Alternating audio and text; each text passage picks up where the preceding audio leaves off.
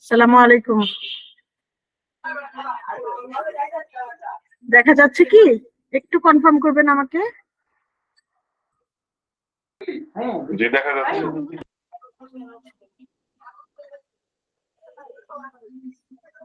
প্রথমেই আমার পরিচয় দিয়ে আমি শুরু করছি। আমরা এখানে এইচডি হোমিও মেডিকেল একাডেমি থেকে আছি।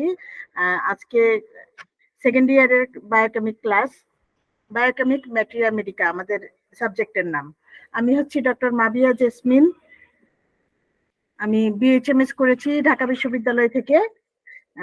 হোমিও এইচডি হোমিও মেডিকেল একাডেমিতে আছি আপনাদের সাথে। আমার স্লাইড কি দেখা যাচ্ছে মুরাদ সাহেব?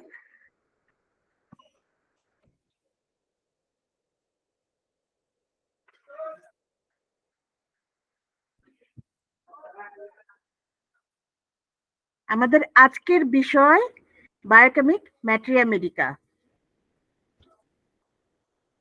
আজকে আমরা বায়োকেমিক ম্যাটেরিয়া মেডিকাতে পড়ব টিস্যু রেমেডি কি, টিস্যু রেমেডির ইতিহাস, ডক্টর সুশলারের বায়োকেমিস্ট্রি পদ্ধতি, মানব অঙ্গের উপাদান সমূহ। মুরাদ সাহেব, আপনি কি আমাকে শুনতে পাচ্ছেন? হ্যাঁ জি, শুনতে পাচ্ছি ক্লিয়ার। আমার গত ক্লাসটা কি আপনি করেছিলেন? না, নেগেটিভ। আমি আজকে প্রথম ক্লাস করতেছি ম্যাটেরিয়া মেডিকের উপর। তাহলে একটু আমি টাচ দিয়ে যাই। আমাদের এটা হচ্ছে বায়োকেমিক ম্যাটেরিয়া মেডিকা, সেকেন্ড ইয়ারের একটা বিষয়। ঠিক আছে, এই সম্পর্কে কি আপনি কিছু জানেন?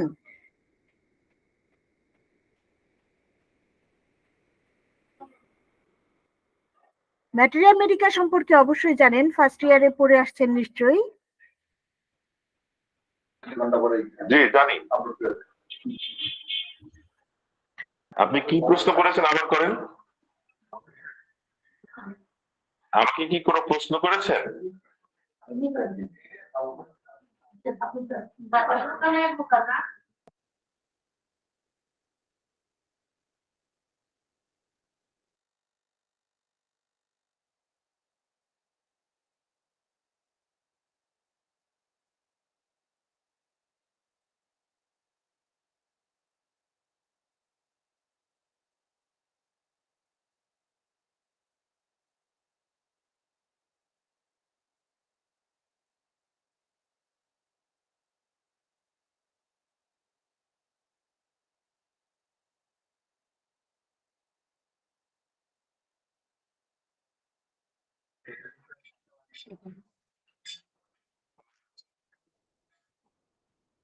হ্যালো।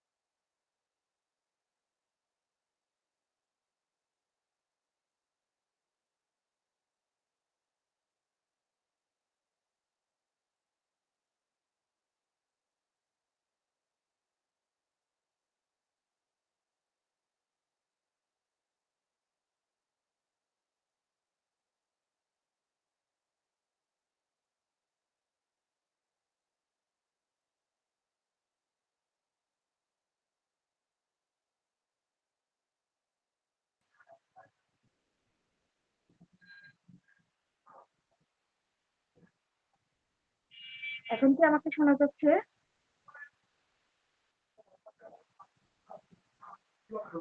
হ্যাঁ শুনতে পাচ্ছি। আমি শুনতে পাচ্ছি।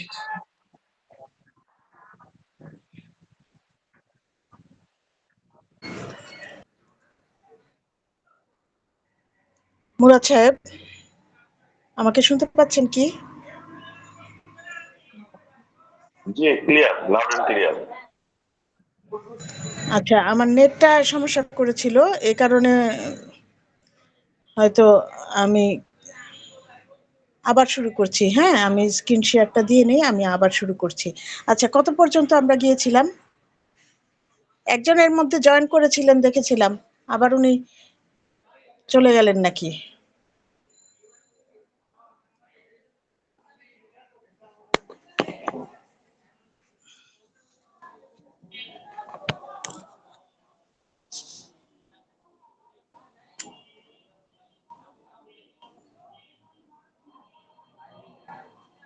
আপনি কি এখন কোন কলেজে সেকেন্ড ইয়ারে পড়ছেন? আমি সেকেন্ড ইয়ারে পড়তেছি। আচ্ছা, তাহলে তো ম্যাটেরিয়াল আপনার মেডিসিন কি এই সম্পর্কে আপনার জ্ঞান আছে, তাই না?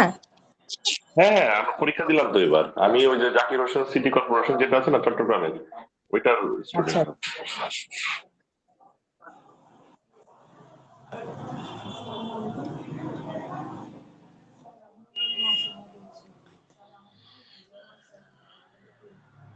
বায়োকেমিক চিকিৎসা পদ্ধতিটা হচ্ছে, এটা হোমিওর মতোই আরেকটা চিকিৎসা পদ্ধতি, যেটাতে 12টা লবণ, হ্যাঁ, 12টা লবণ দিয়েই চিকিৎসা করা হয়। এই পদ্ধতির মতে মনে করা হয় যে এই 12টা লবণের অভাবেই অসুখ হচ্ছে। আমি ল্যাপটপ থেকে ঢুকতে পারছি না, আমি মোবাইল থেকে ঢুকলাম, কিন্তু আমার প্রেজেন্টেশনটা তো ল্যাপটপে। আচ্ছা, একটু আমি দুঃখিত আর কি, আপনাদেরকে কষ্ট দিচ্ছি। আমরা কন্টিনিউ করতে থাকি, দেখি বুঝতে তো পারবোই।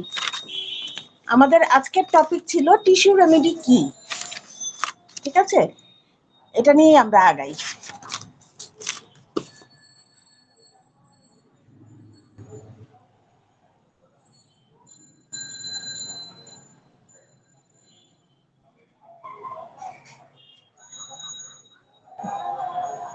বারোটা লবণের কথা বললাম আপনাদেরকে, মানে ধাতব লবণগুলোই মানবদেহের টিস্যু গঠনের মূল ভিত্তি। এদের যে কোনো একটির অভাব হলে এর প্রভাবে টিস্যুর কর্মশক্তি নষ্ট হয়ে রোগ উৎপন্ন হয়। যেখানে যে ধাতব লবণের অভাব হয়, সেখানে সেই লবণটি সূক্ষ্ম মাত্রায় প্রয়োগ করলে অক্ষম টিস্যুগুলো আবার সক্ষম হয়ে ওঠে, রোগও দূর হয়। তাই ডক্টর শুশলারের আবিষ্কৃত ওষুধগুলি তথা চিকিৎসা ব্যবস্থা বায়োকেমিকের নাম টিস্যু রেমেডি দেওয়া হয়েছে।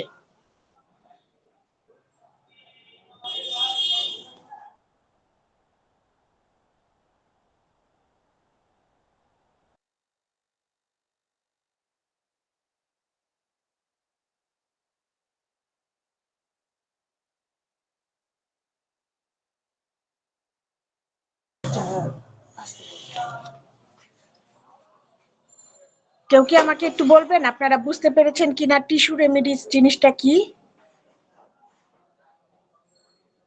হ্যাঁ, বুঝতে পেরেছি আমরা। বায়োকেমিকে হচ্ছে শরীরে আমরা ভ্যাকসিন তৈরি করার জন্য বারোটা যে সাথে, সমস্ত লবণ, এরকম 12টা লবণ আছে না, জি ওই 12টা আবার লবণ বলুন। দ্বারা ঘাটতি পূরণ করার যে মানে চিকিৎসা বিদ্যা, সেটাই হলো গিয়া বায়োকেমিক চিকিৎসা জি, বা হ্যাঁ, টিস্যু এর রেমেডি। মধ্যে এটা আমাদের আরেকটা একটা টিস্যু রেমেডি। প্রশ্ন আসে, যেটা হচ্ছে টিস্যু রেমিডিস, বায়োকেমিক চিকিৎসা ব্যবস্থাটাকেই টিস্যু রেমিডিস বলা হয়। আচ্ছা, 1 মিনিট আমাকে সময় দিবেন একটু, আমি আমার নেট কানেকশনটা দেখে নেই, হ্যাঁ।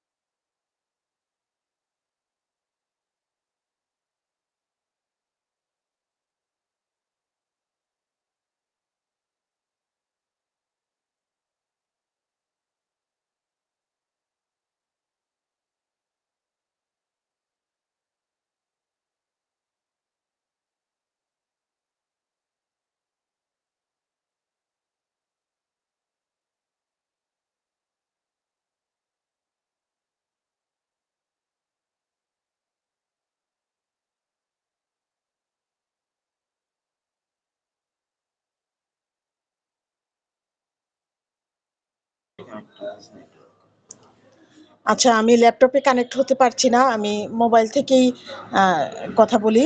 তাহলে স্লাইডগুলো এই মুহূর্তে দেখাতে পারছি না, একটু পরে যদি ঠিক হয়ে যায় অবশ্যই আমি স্লাইডে ফিরে আসব। ঠিক আছে, তো আমাদের প্রথম টপিক ছিল টিস্যু রেমেডি কি, এটা হলো। এখন আমরা দ্বিতীয় টপিকে চলে যাব, টিস্যু রেমেডির ইতিহাস। ইতিহাস তো একটু কাঠকোট্টা টাইপেরই হয়, হ্যাঁ, তারপরেও ইতিহাসটা জানতে হবে।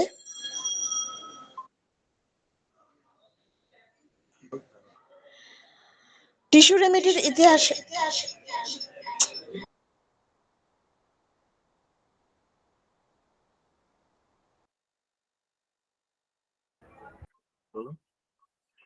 টিস্যু রেমেডির ইতিহাস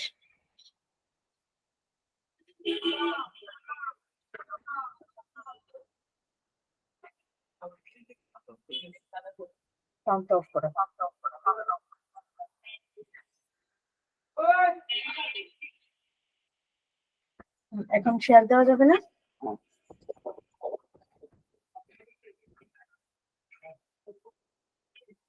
এখন কি আমার স্লাইড দেখা যাচ্ছে? দেখা যাচ্ছে। জি ম্যাডাম, দেখা যাচ্ছে। সরি, আপনাদের সময় নষ্ট হলো, আর আমার পুত্র এসে ঠিক করে দিয়েছে, ওকে ধন্যবাদ। টিস্যু রেমেডির ইতিহাস, ঠিক আছে, আমরা ইতিহাসে যাই।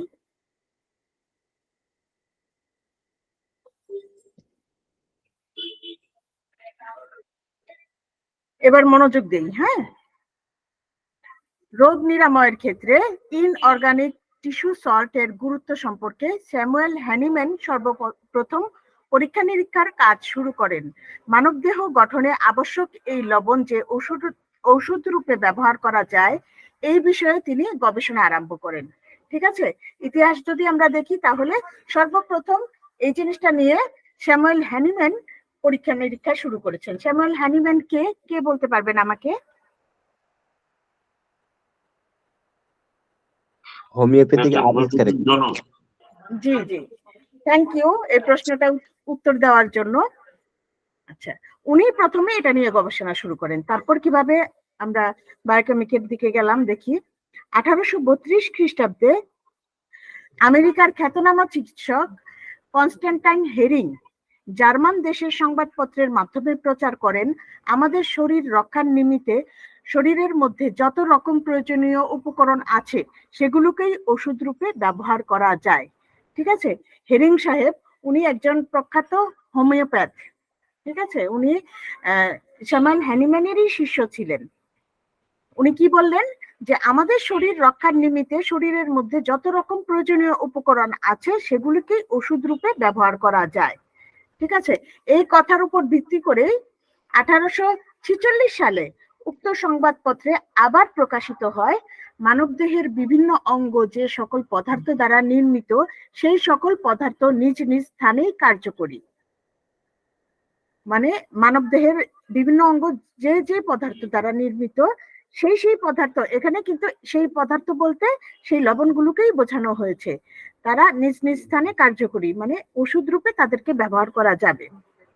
1853 সালে জার্মানির ওডেনবার্গ শহর নিবাসী শ্রদ্ধেয় ডক্টর শুসলার লিপজিগে হোমিওপ্যাথিক গ্যাজেট নামে একটি হোমিওপ্যাথিক চিকিৎসা পত্রিকায় প্রকাশ করেন যে টিস্যু ওষুধ দ্বারা রোগ আরোগ্য সম্ভব, এবং তিনি নিজে 1 বছর যাবৎ রোগীর ক্ষেত্রে টিস্যু ওষুধ ব্যবহার করে আরোগ্য করছেন।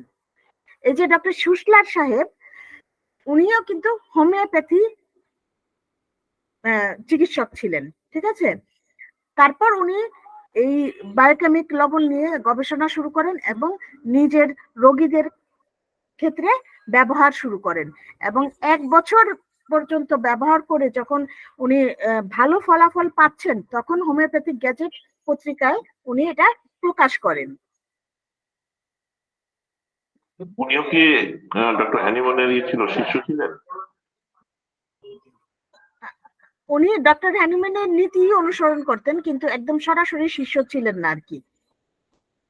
ঠিক আছে, বায়োকেমিক চিকিৎসা ব্যবস্থার সুখ্যাতি সর্বত্র প্রচারিত হলে লিপজিকের একজন ডাক্তার এর তীব্র সমালোচনা করে সুসলারকে বিস্তারিত বিবরণ লিখতে অনুরোধ করেন। ঠিক আছে, যখন একটা নতুন জিনিস আমরা প্রচার করব তখন এর সমালোচনা তো মানুষ করবেই, এটাই স্বাভাবিক। ঠিক আছে, এর উত্তরে ডক্টর সুসলার সাহেব ওই পত্রিকাতেই একটা এত বিস্তৃত একটা প্রবন্ধ লেখেন যেটা পত্রিকার 7টি সংখ্যায় প্রবন্ধটি শেষ হয়। এটা আবার পরে ইংরেজিতে অনুবাদও করা হয়। উনি বিস্তারিত, যতটুকু বিস্তারিত লেখা যায় এবং ওনার গবেষণায় যা এসেছে, উনি 1 বছর যাবত রোগী দেখছেন, উনি সেগুলি লিখেন। এর মাধ্যমে এটা কিন্তু ছড়িয়ে পড়ে, বায়োকেমিকটা মানুষের মধ্যে জনপ্রিয় হয়ে যায়।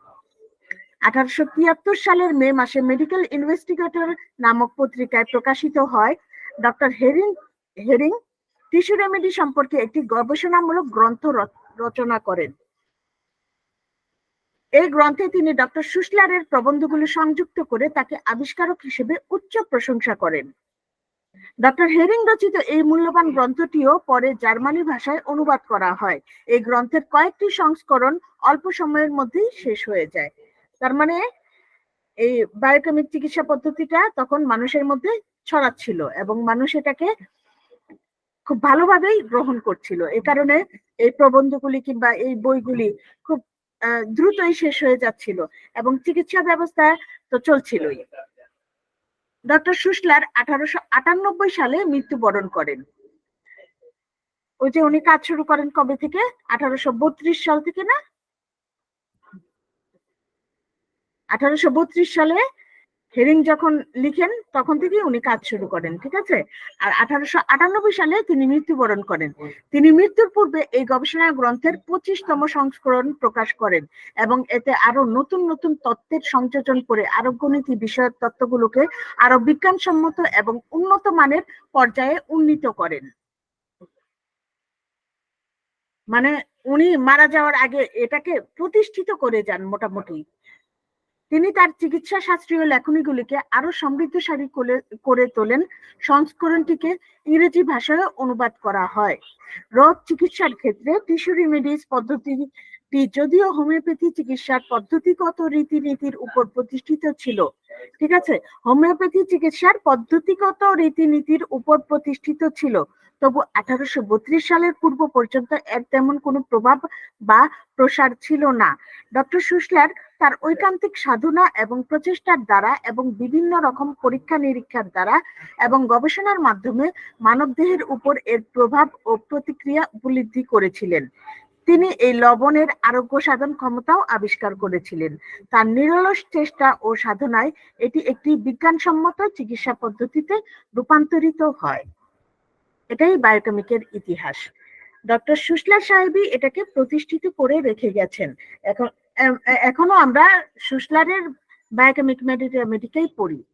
ঠিক আছে, এই সম্পর্কে কারো কিছু জানার থাকলে আমাকে জিজ্ঞেস করতে পারেন।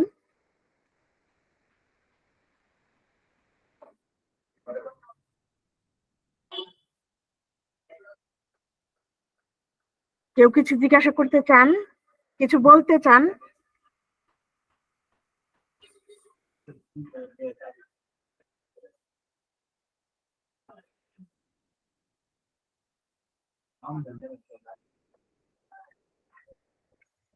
গত ক্লাসে আমরা বায়োকেমিক সম্পর্কে গত ক্লাসে কেউ কি ছিলেন আপনারা?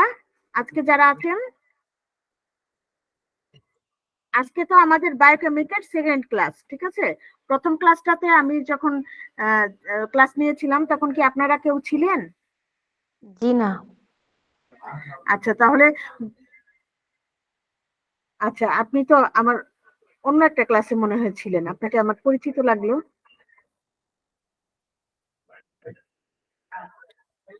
আমরা গত ক্লাসে সুসলারের বায়োকেমিস্ট্রি এবং সাধারণ বায়োকেমিস্ট্রির পার্থক্য পড়েছি, হোমিওপ্যাথিক আর বায়োকেমিক চিকিৎসার পার্থক্য পড়েছি, আর মানবদেহে বায়োকেমিক লবণের প্রয়োজনীয়তা, এবং আরেকটি টপিক ছিল মায়াজমের ক্ষেত্রে বায়োকেমিকের ফলাফল।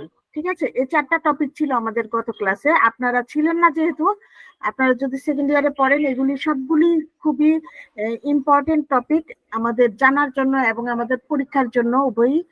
এ কারণে রেকর্ডেড ক্লাসগুলি প্লিজ একটু কষ্ট করে দেখে নেবেন। আর আজকের ক্লাসে আগাই তাহলে আমরা। আমাদের তারপরের টপিক হচ্ছে ডক্টর শুশলারের বায়োকেমিস্ট্রি পদ্ধতিটা কি, ঠিক আছে? কিংবা এই টপিকটা আরো অন্যভাবে প্রশ্ন আসতে পারে আপনাদের পরীক্ষায়। সেটা হলো ডক্টর শুশলারের বায়োকেমিক চিকিৎসার মূলনীতি অথবা মূল সূত্র, যেটা 2007 2009 বোর্ড পরীক্ষায় এসেছে। তারপর ডক্টর শুশলারের বায়োকেমিক পদ্ধতির মতবাদ ব্যাখ্যা, এটা 2006 এসেছে। অথবা বায়োকেমিক ওষুধের মূল সূত্র হচ্ছে স্বভাবের অভাব পূরণ, ব্যাখ্যা করো, এটা 2005 এসেছে। এগুলি সবগুলি একটাই টপিক, যেটা হলো শুশলারের বায়োকেমিক সিস্টেমটা কি এটা ব্যাখ্যা করা, ঠিক আছে? এখানে কিন্তু একটা বলেই দিয়েছে স্বভাবের অভাব পূরণ। তো এটা কিভাবে আমরা একটু দেখি। মাত্র 12টি লবণ জীবদেহের বর্ধন, পোষণ ও সুস্থতা রক্ষা করে। যদি কোনো কারণে এই লবণের অভাব হয়, তবে এর সাথে সম্পর্কযুক্ত অর্গানটিও অসুস্থ হয়ে পড়ে। তখন ওই লবণের অভাবজনিত লক্ষণ দেহে প্রকাশ পায়। বুঝতে পেরেছেন? 12টি লবণ আছে আমাদের দেহে, যেটা কি করে? বর্ধন, পোষণ ও সুস্থতা রক্ষা করে। মানে আমাদের শরীর বৃদ্ধিতে এবং পুষ্টি প্রদানে এবং সুস্থতা রক্ষা করে এই 12টি লবণ কাজ করে। যদি কোনো কারণে এই লবণের অভাব হয়, মানে যে কোনো একটি লবণ যে কোনো জায়গায় যে কোনো সেলে থাকে, তো এই লবণগুলি যে কোনো সেলে যদি এটার অভাব হয়, তাহলে এর সাথে সম্পর্কযুক্ত যে অর্গানটি থাকে, মানে ওই সেলটা যে অর্গানের, সেই অর্গানটিও অসুস্থ হয়ে পড়ে। তখন ওই লবণের অভাবজনিত লক্ষণ দেহে প্রকাশ পায়। প্রত্যেকটা লবণেরই অভাবে কি লক্ষণ প্রকাশ পাবে, এই টাইপের কতগুলি লক্ষণ আছে, ওরকম লক্ষণ প্রকাশ পেল, ঠিক আছে? এক কথায় ধাতব লবণের অভাবজনিত কোষসমূহের বিকৃত অবস্থাকে পীড়া বা রোগ বলে। কাকে রোগ বলে? বায়োকেমিকের মতে ধাতব লবণের অভাবজনিত কোষসমূহের বিকৃত অবস্থাকেই রোগ বলে। যে লবণের অভাবে রোগ সৃষ্টি হয়, সেই লবণটি সূক্ষ্ম মাত্রায় প্রয়োগের কারণে রোগ নিরাময় হয়। তাই বায়োকেমিক চিকিৎসার সারমর্ম হচ্ছে স্বভাবের অভাব পূরণ করা। লক্ষণ দ্বারা প্রথমে নির্ণয় করতে হবে কোষে কোন ধাতব লবণের অভাব আছে। এটা তো আমরা ম্যাটেরিয়াল সিস্টেমটা জানি। যেমন সুস্থ শরীরে প্রত্যেকটা ওষুধ প্রুভিং করা হয়, ঠিক আছে? এভাবেই আমরা জানি যে কোন ওষুধের অভাবে কি লক্ষণ প্রকাশ পাচ্ছে। এখানেও সেম, কোন লবণের অভাবে কি লক্ষণ প্রকাশ পাচ্ছে এটা ম্যাটেরিয়াল আছে, সুস্থ শরীরে পরীক্ষা করে এটা লিপিবদ্ধ করা আছে। তো আমরা লক্ষণ দ্বারা প্রথমে নির্ণয় করব কোষে কোন ধাতব লবণের অভাব আছে। লক্ষণ অনুসারে সেই লবণ রোগীকে সূক্ষ্ম মাত্রায় সেবন করালে পীড়িত কোষসমূহ পুনরায় আবার সুস্থ হয়ে উঠবে এবং রোগীও আরোগ্য লাভ করবে। আমার এই স্লাইডগুলি যেভাবে রেডি করা আছে, ওভাবে যদি আপনারা খাতায়, পরীক্ষার খাতায় লেখেন, এই প্রশ্নের উত্তর এভাবেই হয়ে যাবে। আর অন্য কোনো বাইরের কোনো বই থেকে আর সংযোজন না করলেও হবে। আর যদি আপনারা পড়েন, অবশ্যই বই পড়বেন, অন্যান্য বই থেকে মিলিয়ে নেবেন, ঠিক আছে? তাহলে আমরা বুঝতে পারলাম যে শুশলারের বায়োকেমিস্ট্রি পদ্ধতিটা কি। ধাতব লবণ থাকে আমাদের শরীরে, সেটার অভাব যখন হয়, যে কোনো একটি লবণের কিংবা কয়েকটি লবণেরও অভাব হতে পারে একসাথে, লক্ষণ অনুসারে আমরা এটা নির্ণয় করব যে কোন লবণের অভাব। তারপর লক্ষণ অনুসারে সেই লবণ রোগীকে সূক্ষ্ম মাত্রায় সেবন করাতে হবে। তাহলেই পীড়িত কোষসমূহ আবার পুনরায় সুস্থ হয়ে উঠবে এবং রোগীও আরোগ্য লাভ করবে। এখানে উল্লেখ্য যে স্থূল মাত্রায় দেওয়া হলে কোনো ধাতব লবণই কোষসমূহের পক্ষে গ্রহণযোগ্য নয়। এই কথাটা কি বুঝতে পেরেছেন আপনারা? কোষে যখন ঢুকতে হবে, তখন এটাকে সূক্ষ্ম মাত্রায় দেওয়া ঠিক হবে। এটা যদি আমরা কি করি, যদি আমরা স্থূল মাত্রায় দেই তাহলে ওটা কখনোই কোষে ঢুকবে না। আপনি খাবেন, ওটা কোষে সেই কাজটা করবে না, অভাব পূরণ করবে না। সূক্ষ্ম মাত্রা কি 6x নাকি ম্যাডাম? শুধু 6x না ভাই, 200x ও সূক্ষ্ম মাত্রা। কিন্তু আচ্ছা আচ্ছা। এখানে বলা হচ্ছে সূক্ষ্ম মাত্রাটা হচ্ছে সে যে এই যে এক্স এ আসলাম আমরা, এক্স তো হচ্ছে দশমিক রীতি। এই যে দশমিক রীতিতে আসলাম, এখানে ওষুধের পরিমাণ কিংবা লবণের পরিমাণ অনেক কম থাকে। ঠিক আছে, এটা আমরা ফার্মেসি ও ফার্মাকোপিয়া সাবজেক্টে পড়বো যে কতটুকু কি দিয়ে যে ওষুধ তৈরি করা হয়। এক্স মানে হচ্ছে এটা দশমিক। ঠিক আছে, যখন আমরা হোমিও ওষুধ ব্যবহার করি না, 30 to 100, এগুলি হচ্ছে শততমিক। ঠিক আছে, তো দশমিক মাত্রাটা অনেক সূক্ষ্ম হয়। যেমন আমরা নেট্রামিউর, যেমন হ্যাঁ একটা লবণ, যে লবণটা আমরা সবসময় খাই, আমাদের রান্নায় ব্যবহার করি, হ্যাঁ নর্মালি আমরা যে লবণটা খাই, এটাও কিন্তু এই 12টা লবণের মধ্যে আছে, সেটার নাম নেট্রামিউর। ঠিক আছে, ওটা আমরা খাচ্ছি ডেলি, কিন্তু নেট্রামিউর এর অভাবেও মানুষের রোগ হয়। তখন আমরা সেই লক্ষণটা দেখে তাকে নেট্রামিউর দিব, কিন্তু ওই যে ডেলি যে খাচ্ছি ওখান থেকে 1 চামচ লবণ খাও এরকম না, সূক্ষ্ম মাত্রায়। মানে ওই 6x হোক, 30x হোক, 200x হোক, সেই এক্স এ যাব। ঠিক আছে, বুঝতে পেরেছেন? জি ম্যাডাম, জি বুঝতে পেরেছি। যেমন আমাদের নর্মাল অ্যালোপ্যাথি সিস্টেমে যে 1 চামচ 2 চামচ করে সিরাপ খেতে দেয়, আমরা কি কোন ওষুধ যে 1 চামচ 2 চামচ করে দেই না, আমরা ফোটায় ফোটায় দেই, কিংবা ফোটাকেও আরো সূক্ষ্ম করে গ্লুবিউজে, তারপরে ডিস্টিল ওয়াটারে, কত কিছু, তাই না?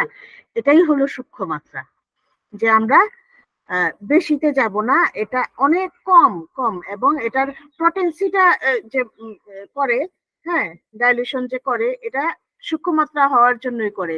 ওষুধটা আবার আমরা ডিস্টিল ওয়াটারে মিলাই, তারপরে আবার ঝাঁকি দেই, মানে এর মধ্যে ওষুধ আছে কিনা তাই মানুষের সন্দেহ লাগে, কিন্তু ঠিকই তো কাজ করে। সেটাই সূক্ষ্ম মাত্রা, যে অনেক সূক্ষ্ম হতে হবে আমাদের বডিতে গিয়ে কাজ করার জন্য। স্থূল মাত্রায় সারাদিন খেলেও এটা কাজ করবে না। বোঝা গেছে? জি ম্যাডাম। অনেক ধন্যবাদ।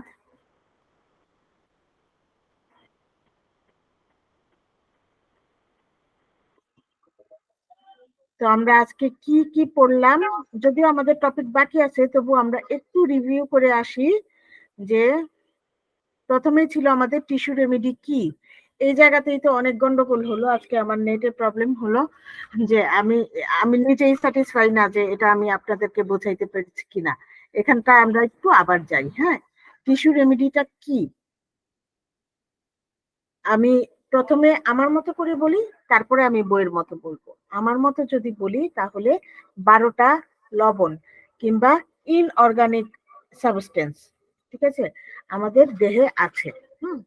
এটা যখন যেটার অভাব যেখানে হয় সেখানেই রোগ সৃষ্টি হয়। একটারও অভাব হতে পারে, কয়েকটারও অভাব হতে পারে। এটা আমরা বুঝবো কিভাবে? লক্ষণ দেখে আমরা বুঝবো যে আমাদের মেট্রো আমেরিকায় এটার অভাবে কি কি লক্ষণ আসে সেগুলি লিপিবদ্ধ করা আছে। আমরা প্রত্যেকটা মেডিসিন কিংবা প্রত্যেকটা লবণই কিন্তু এক একটা ক্লাসে শিখবো সামনে। ঠিক আছে, তখন আমরা বুঝতে পারবো কোনটার অভাব হয়েছে।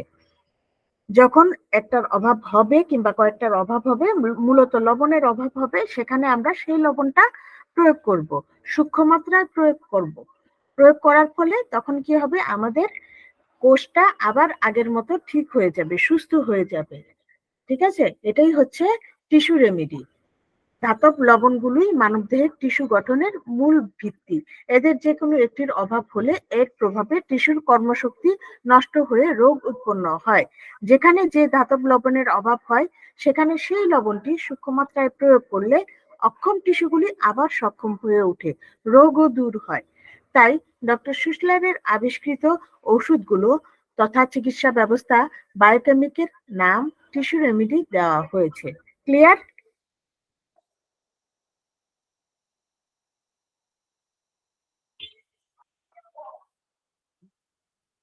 জি ম্যাডাম, ক্লিয়ার। স্যার আপনি আমাকে একটু বলেন তো টিস্যু রেমেডি কি? আইনুল আপনার নাম, তাই না? জি জি আইনুল সাহেব, আপনি বলেন। স্যার, পরে শোনাবো কি ম্যাডাম? জি পড়ে শোনাবেন, হ্যাঁ পড়ে শোনান। ধাতব লবণগুলো মানবদেহের টিস্যু গঠনের মূল ভিত্তি। এদের যে কোনো একটি অভাব হলে এর প্রভাবে টিস্যুর কর্মশক্তি নষ্ট হয়ে রোগ উৎপন্ন হয়। যেখানে যে ধাতব লবণের অভাব হয়, সেখানে সেই লবণটি সূক্ষ্ম মাত্রায় প্রয়োগ অক্ষম করলে টিস্যু প্রয়োগ করলে হ্যাঁ। অক্ষম টিস্যুগুলো আবার সক্ষম হয়ে উঠে, জি রোগ দূর হয়। তাই ডাক্তার সুসলারের আবিষ্কৃত ঔষধগুলো তথা চিকিৎসা অবস্থা বায়োকেমিকের নাম টিস্যু রেমেডি দেওয়া হয়েছে।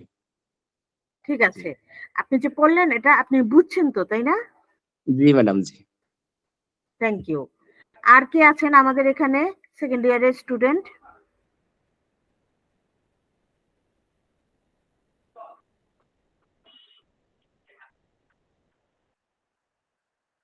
মুরাদ সাহেব ছিলেন প্রথমে, উনি কি নাই?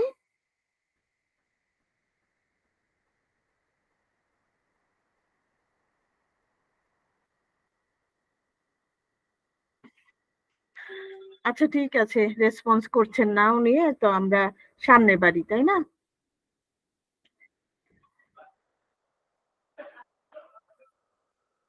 আমাদের তারপরের টপিক হচ্ছে মানব অঙ্গের উপাদান সমূহ।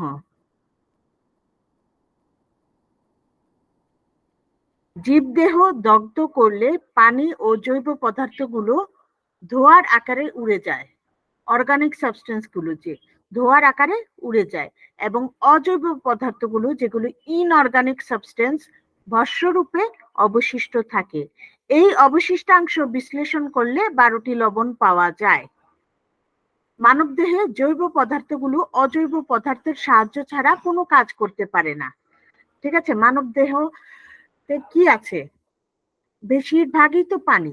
ঠিক আছে, বলা হয় শতকরা 70% পানি এবং 25% জৈব পদার্থ, আর মাত্র 5% হচ্ছে অজৈব পদার্থ, ইনঅর্গানিক সাবস্টেন্স, যেগুলো এই ধাতব লবণগুলি, 12টি ধাতব লবণ, এগুলি মাত্র 5%। 70% পানি, 25% অর্গানিক সাবস্টেন্স, আর মাত্র 5% ইনঅর্গানিক সাবস্টেন্স। জৈব ও অজৈব এই দুই প্রকার পদার্থের সাহায্য ছাড়া জীবদেহের প্রকৃতিগত রাসায়নিক প্রক্রিয়ায় শুধু হাড়, মজ্জা, মাংস ইত্যাদি নির্মিত হয়ে আমাদের দেহকে পুষ্টি, বৃদ্ধি ও রোগ প্রতিরোধ ক্ষমতা প্রদান করে চলছে। বুঝতে পেরেছেন? জৈব আর অজৈব, অর্গানিক ইনঅর্গানিক, এই দুইটা পদার্থ মিলে আমাদের জীবদেহের যে প্রকৃতিগত রাসায়নিক প্রক্রিয়া আছে, একটা রাসায়নিক প্রক্রিয়ার মধ্যে দিয়ে যায় এবং কি তৈরি করে? হাড়, মজ্জা, মাংস এগুলো তৈরি করে এবং দেহকে পুষ্টি যোগায়, বৃদ্ধি করে এবং রোগ প্রতিরোধ ক্ষমতা প্রদান করে।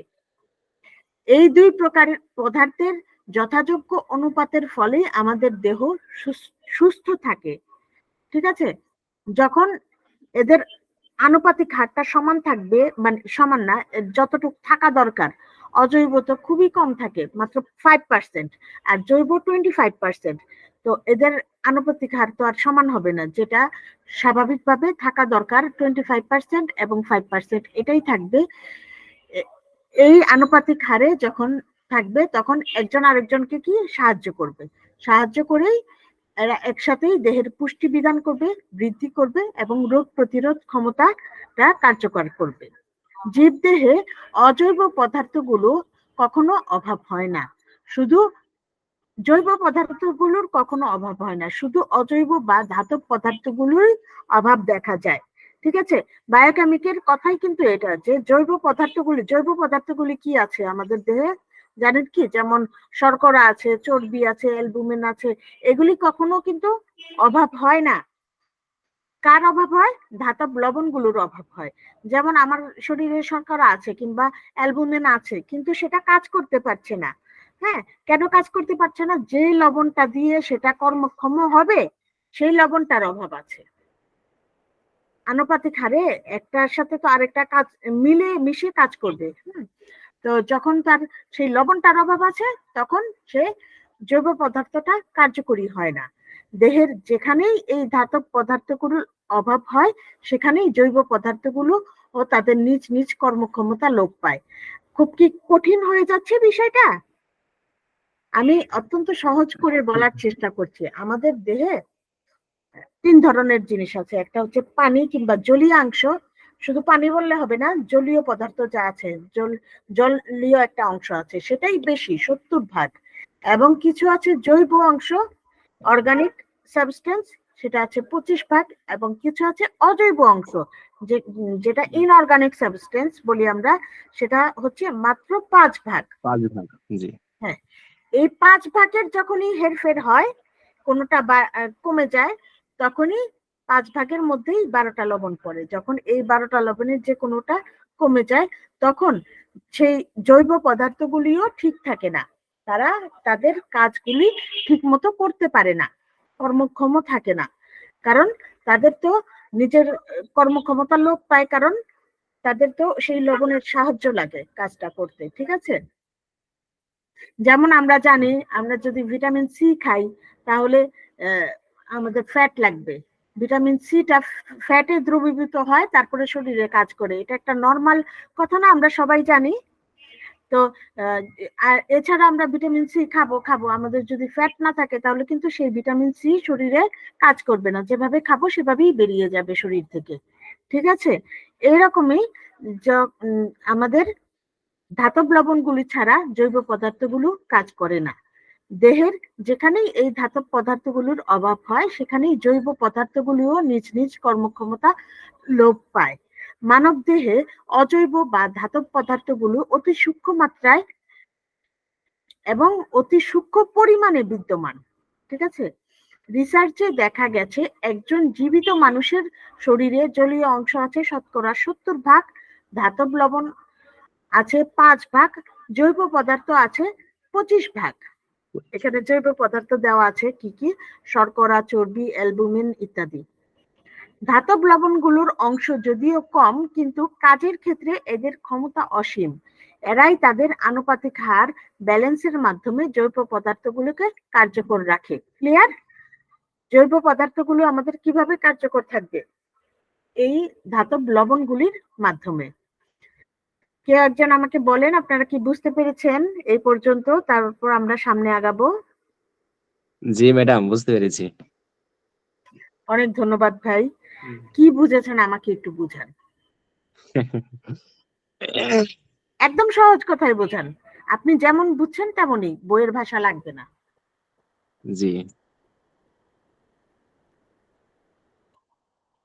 একজন জীবিত মানুষের শরীরে জলীয় অংশ আছে 70% জি। এবং ধাতব লবণ আছে 5 ভাগ হুম। এবং 5 ভাগ। জি। আর জৈব পদার্থ আছে 25 ভাগ। 25 ভাগ। জি জি ম্যাডাম। জি। জি।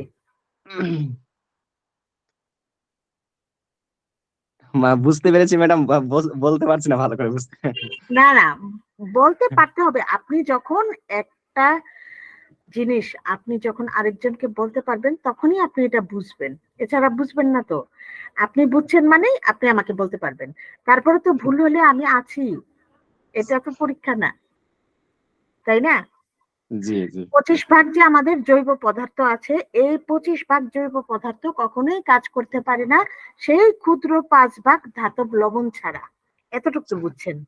জি জি জি জি। জি। হ্যাঁ, এটাই হচ্ছে এই বায়োকেমিক সূত্র, মূল সূত্রটাই এটা। ঠিক আছে? প্রত্যেকটা চিকিৎসা পদ্ধতিরই এক একটা দৃষ্টিভঙ্গি আছে। হ্যাঁ, হোমিওপ্যাথি কিন্তু এটার যে আলাদা। হ্যাঁ, হোমিওপ্যাথিতে এরকম কোনো নাই যে এই লবণটা ছাড়া দেহ কাজ করতে পারছে না। সেটা হচ্ছে আমাদের যে জিনিসের অভাবে এই লক্ষণগুলি প্রকাশ পায়, সেই ওষুধগুলি শুধু লবণ না, এই লবণগুলিও হোমিওতে ওষুধ আছে, কিন্তু আবার প্রাণীজ আছে, খনিজ আছে, ঠিক আছে। হোমিও ওষুধের 6টা উৎস আছে না, আমরা জানি, কিন্তু বায়োকেমিক মতে এই 12টাই ওষুধ। এই 12টা লবণের অভাবেই রোগ হয়, এবং এইগুলি পূরণ করতে হয়, যেটা স্বভাবের অভাব পূরণ করা, ঠিক আছে। এটাই বায়োকেমিকের মূল কথা। জি স্যার, আমরা এখন সামনে বাড়ি না। জি ম্যাডাম। 12টি লবণ আমি তো অনেকক্ষণ যাবতই বলছি। এই 12টি লবণ সম্পর্কে আমরা এখন জানবো, শুধু নামটাই আজকে আমরা জানবো, তারপর আমরা পরের ক্লাসে আরো সামনে যাব, ঠিক আছে। 12টার মধ্যে এখানে প্রথমেই আছে 5টা ফসফেট, হ্যাঁ, ক্যালকেরিয়া ফস, ফেরাম ফস, ক্যালিফস, নেট্রাম ফস, ম্যাগনেসিয়াম ফস। মানে পুরোটা নাম হচ্ছে ক্যালকেরিয়া ফসফোরিকাম, ফেরাম ফসফোরিকাম, কিন্তু আমরা যখন শর্ট করে বলি তখন আমরা ওই শুধু ফসটুকুই বলি, হ্যাঁ। কেলি phosphoricum, natrum phosphoricum, magnesium phosphoricum. আইনল sir, বলেন তো একটু নামগুলি। ক্যালকেরিয়া ফস, ফেরাম ফস, কেলিফস, নেট্রাম ফস, ম্যাগফস। হ্যাঁ, ম্যাগফস, ঠিক। ম্যাগনেসিয়াম ফস পুরোটা নাম, কিন্তু যখন আমরা শর্ট করে বলি তখন আমরা ম্যাগফসই বলি, ঠিক আছে। ম্যাগফস, এখানে জি 5টা ম্যাডাম। হলো, আমরা 12টা নাম জানবো, ঠিক আছে। জি জি। তারপর আছে 2টা ক্লোরাইড বা মিউরিয়েট, এগুলি হচ্ছে kali muriaticum, natrum muriaticum, kali mur, natrum mur, এভাবে আমরা শর্ট করে বলি। তারপর 3টি sulphate, calcarea sulph, natrum sulph, kali sulph, ঠিক আছে। এই হলো 10টা। বলেন আপনি এই নামগুলিও বলেন। Kali mur, natrum mur, calcarea sulph, natrum sulph, kali sulph. Thank you. Kohinoor, আপনি কি সেকেন্ড ইয়ারে পড়েন?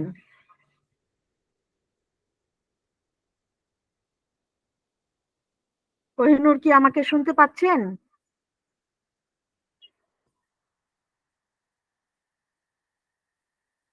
পাচ্ছেন না মনে হয়, ওকে। তারপর 10টা হয়েছে, এখন আর 2টা মাত্র। এই 2টা, একটা ফ্লোরাইড আর একটা সিলিকা, ঠিক আছে। ফ্লোরাইডটা হচ্ছে ক্যালকেরিয়া ফ্লোর, সিলিকা হচ্ছে সাইলেশিয়া। বলেন আইনুল সাহেব। ক্যালকেরিয়া ফ্লোর এবং সাইলেসিয়া। হ্যাঁ, সাইলেশিয়া। এই 12টা মেডিসিন আমাদের। আবার আমরা একটু রিভিউ করি। ক্যালকেরিয়া ফস, ফেরাম ফস, কেলি ফস, নেট্রামিউর, ম্যাগনেসিয়াম ফস, মানে ম্যাগফস আর কি, কেলি মিউর, জি। Natrum mur, kali mur, natrum mur, calcarea sulph, natrum sulph, kali sulph, calcarea fluor, silicea. এই 12টা লবণ আমাদের বায়োকেমিকে মূল পড়া, শুধুমাত্র 12টা লবণ। আমরা 12টা ক্লাসে 12টা লবণ পড়বো, তাও দেরি আছে, এখনই আমরা লবণে যাচ্ছি না। আমাদের প্রাথমিক আনুষঙ্গিক আরো কিছু কথাবার্তা আছে, আমরা সামনের ক্লাসে সুশলারের সম্পর্কে কিছু জানবো, যিনি বায়োকেমিকের জনক, ডক্টর সুশলার, এবং হোমিওপ্যাথির সাথে এর সম্পর্ক, এই জাতীয় বিষয়গুলি জানবো। তারপরে আমরা 5th ক্লাস থেকে ওষুধে যাব। আমাকে নামগুলি আবার বলেন, এগুলি আমাদের লাগবে, চিকিৎসা যখন করবেন তখন লাগবে, পরীক্ষা পাশের জন্য তো লাগবেই। বলবো ম্যাডাম? জি স্যার, বলেন। ক্যালকেরিয়া ফস, ফেরাম ফস, কেলিফস, নেট্রাম ফস, ম্যাগফস বা ম্যাগনেসিয়াম ফস, জি, কেলিমিউর, নেট্রাম মিউর, ক্যালকেরিয়া সালফ, জি ক্যালকেরিয়া সালফ, নেট্রাম সালফ এবং কেলি সালফ, ক্যালকেরিয়া ফ্লোরিকাম বা ক্যালকেরিয়া ফ্লোর, সাইলেসিয়া। অনেক ধন্যবাদ। এখন আপনি আমাকে বলেন, বায়োকেমিক ওষুধ কি কখনো খেয়েছেন, কিংবা এর দ্বারা চিকিৎসা দেখেছেন, কিংবা আশেপাশে কোথাও? আমি নিজেই খেয়েছি ম্যাডাম।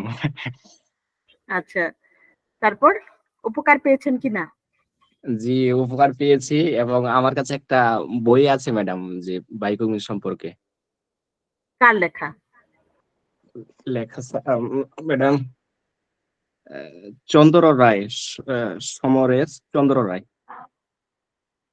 সমরেশ চন্দ্র রায়। জি জি, বাংলাদেশের। আচ্ছা, এই বইটা আমার কাছে নাই। আচ্ছা ঠিক আছে, আমি সংগ্রহ করার চেষ্টা করব। ম্যাথমেটিকা বই? মেডিকেল জি, শুধু বায়োকেমিক আলোকে দেখা আছে, শুধু বায়োকেমিক 12টা রেমেডি আছে শুধু। আচ্ছা, বায়োকেমিক সম্পর্কে আমি বলি যে আমাদের দেশে সাধারণত হোমিও ডাক্তাররাই বায়োকেমিককে কিন্তু বহন করে চলতেছে, ঠিক আছে। কিন্তু জি। আপনি 100 জন ডাক্তারের মধ্যে অন্তত 90 জন তো পারবেনই যারা বায়োকেমিক চর্চা করে না, ঠিক আছে। কিন্তু আচ্ছা, আমি নিজে বায়োকেমিক চর্চা করি এবং আমি মনে করি শুধুমাত্র বায়োকেমিক একটা চিকিৎসা পদ্ধতি হিসেবে চলতে পারে। সাপোর্ট। শুধু বায়োকেমিক ওষুধ দিয়েও মানুষকে সুস্থ করা যায় নাকি ম্যাডাম? হ্যাঁ, হ্যাঁ, অবশ্যই। জি। তো আজকের ক্লাস এই পর্যন্তই। আজকের ক্লাসের সম্পর্কে যদি কোনো কিছু প্রশ্ন করার থাকে আমাকে করতে পারেন। খুব